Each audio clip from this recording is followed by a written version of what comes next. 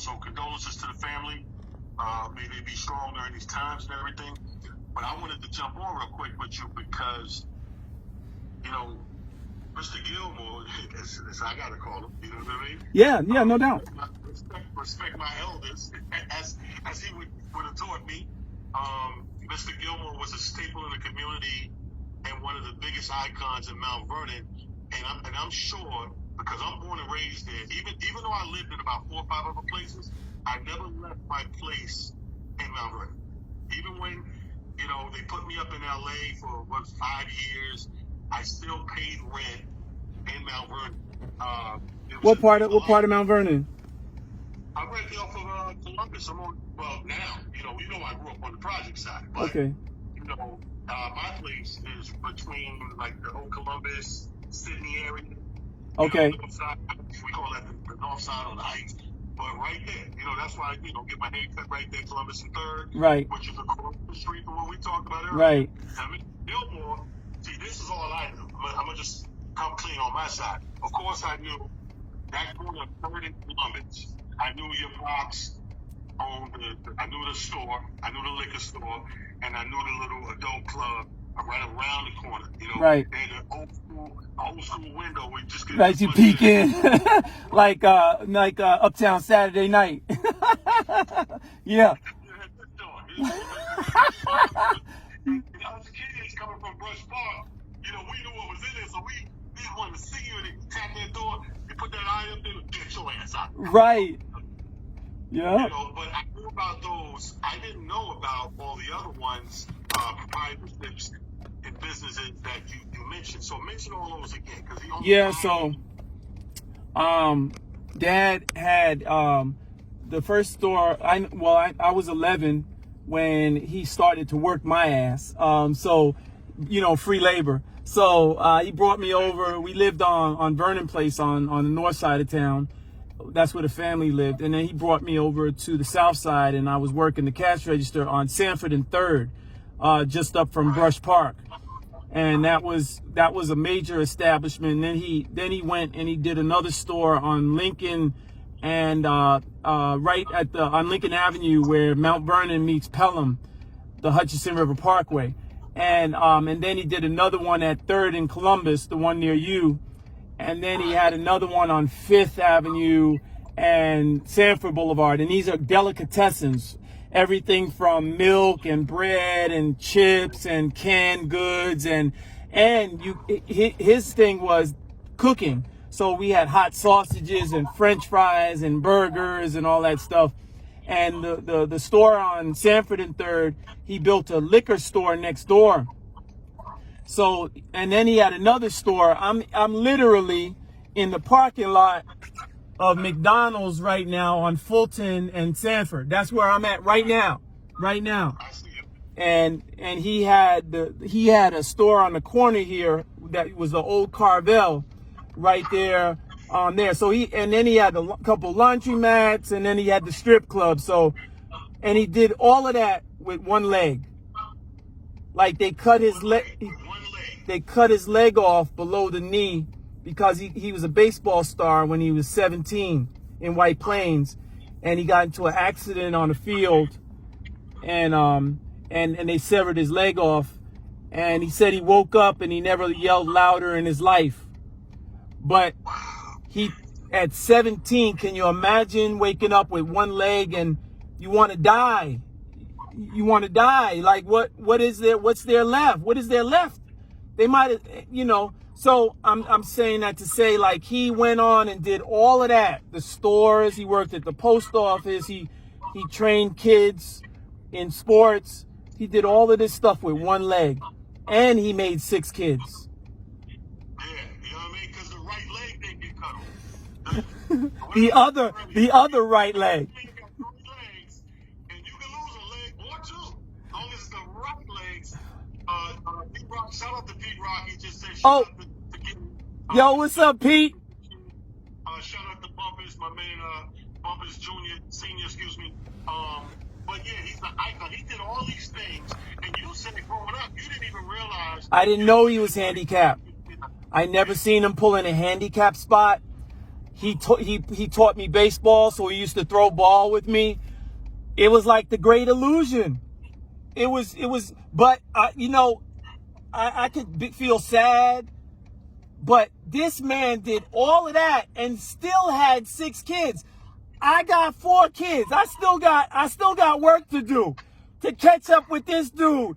I'm just saying, how could you feel sorry for that man? Now, he had 6 tries and he hit. How many times did he miss? so Life, son. You know what's crazy? This is what I remember. And because we played football in Longfellow and Rush Park and softball, all that stuff, we constantly, that was on our path of going home. 3rd Avenue. 3rd Avenue. Yeah, right up 3rd Avenue. And you used to pass his business. Yep. And the pass the businesses when you came up that way. And the funny thing was, what I remember is like every now and then, like say the weather's nice out, and Mr. T be standing outside of the establishment, and he see us coming. And the funny thing is, kept that straight, stern face, right? Like kids better not be up to nothing, and follow us with his eyes. Yo, Dad. The only time I seen him smile in my life is when I ran into him with Mardukes, or like a relative like Uncle Goose, Aunt Debbie, or my mom's, and I seen a whole different. I was like, yo, look at Mr. G, talking smack, having a good time. Like, I'm like, he's boring. Yo, the other thing, Dad carried, and I would see him put his bullets in the gun in the morning and take them out at night. I don't know what the hell that was about, but one time, we lived upstairs. He moved the family from the north side to the south side. And this was all when he got the bulletproof glass in the liquor store.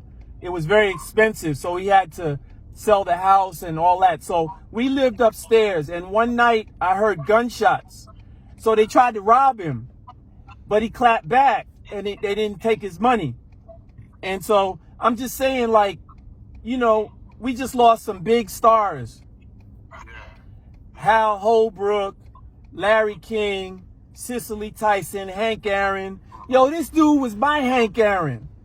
But when I tell this story in a documentary, it's a different hero, because it's the hero that we all feel.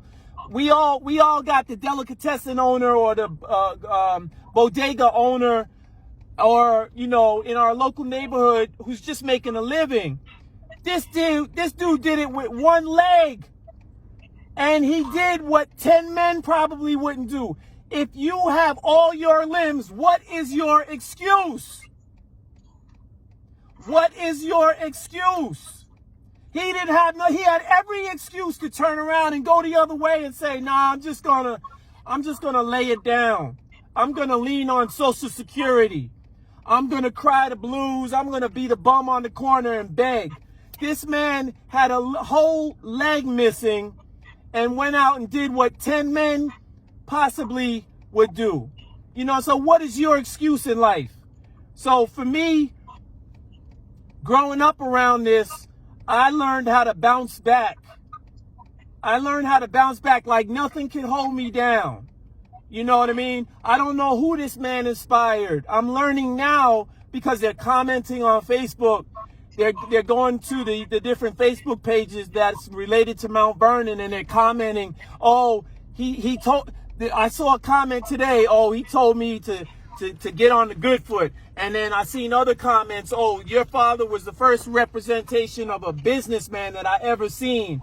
And oh, your father hired me. He was my first job.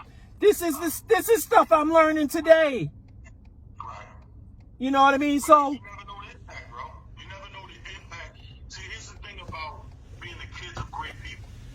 Being the children of great people, the people are raising you. So you're so close to the vest, so to speak. They keep you close to the vest. Like you just said something interesting, that you seen them wake up every morning, put the bullets in the gun. You see them come home and take them out. Now, to you, it's like, what does that mean? Well, what I gather from just hearing you say it is, this man had his family so close to the vest and loved him so much, he didn't want to be the person that made the mistake of that gun going off in the house with his loved ones. He loaded his gun gun to go out and to work and do his thing and hustle and be a proprietor in the belly of the beast. Outside is always considered the belly of the beast because that's the one place when we move amongst the outsiders, we really can't call everything what's going to happen. We just got to maneuver with it and do the best we can. When we're home, we feel like we know this place. I'm safe in this place. I know this place. So let me take these bullets out while I'm home because God forbid you or your brothers playing around, grab the gun, and boom, we've seen this story. We've seen this movie play out several times. You know what I mean? That's what I gather from that. But we're close to the best. We don't, same thing with me. He must have got a phone call. Now, so he'll end the phone call and he'll come back live. Pete Rock said, "That's my man, Mr. Gilmore, official tissue." Pete Rock is a legendary producer, if y'all don't know. Scribes and Vibes, that's my man. I see Pete Rock say, "Hey yo, I'm tuned in." Scribes and Vibes is Steve. Renee, hey Renee, love you.